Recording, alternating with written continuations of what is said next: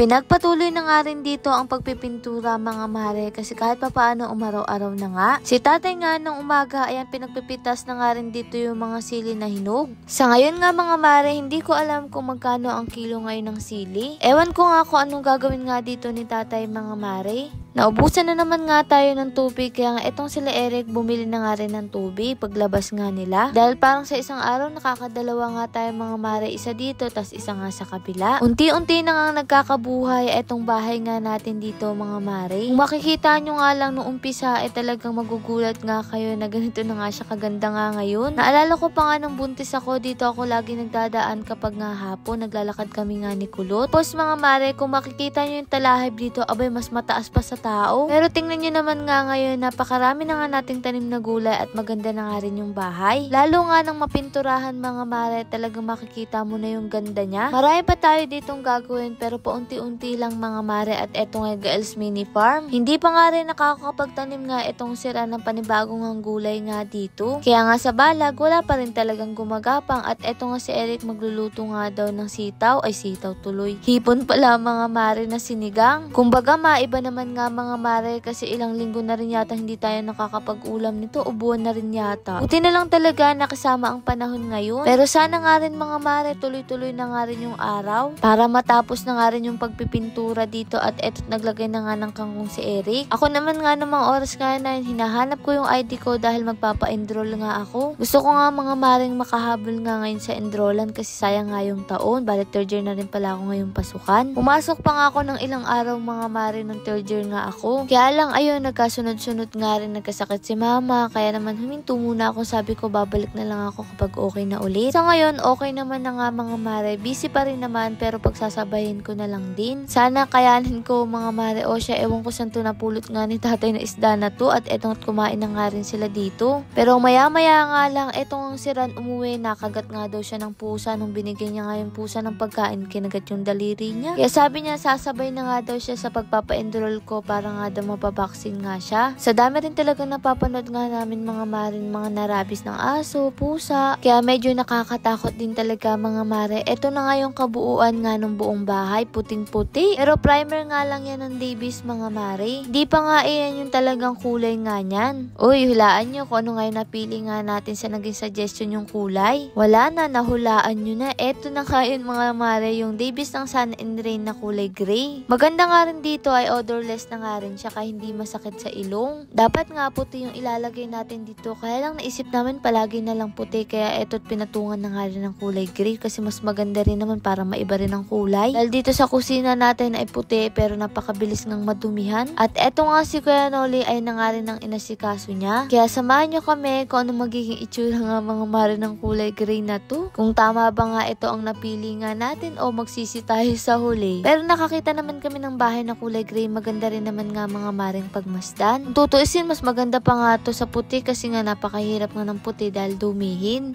Dito magkadumi man hindi naman nga halata mga mare lalo na nga yung mga kamay na bumabakat. At syempre tinignan nga rin namin kung babagay nga dito sa puti nga nating bintana. Mas maganda na rin bintana natin dito pag nga may kortina na. Basta mga mare, samahan nyo kami unti-untiin tong bahay na to bago nga tayo lumipat at matapos. Lord maraming salamat po sa lahat ng blessing at syempre sa inyong mga mare. Paano ba yun? Bukas na lang ulit!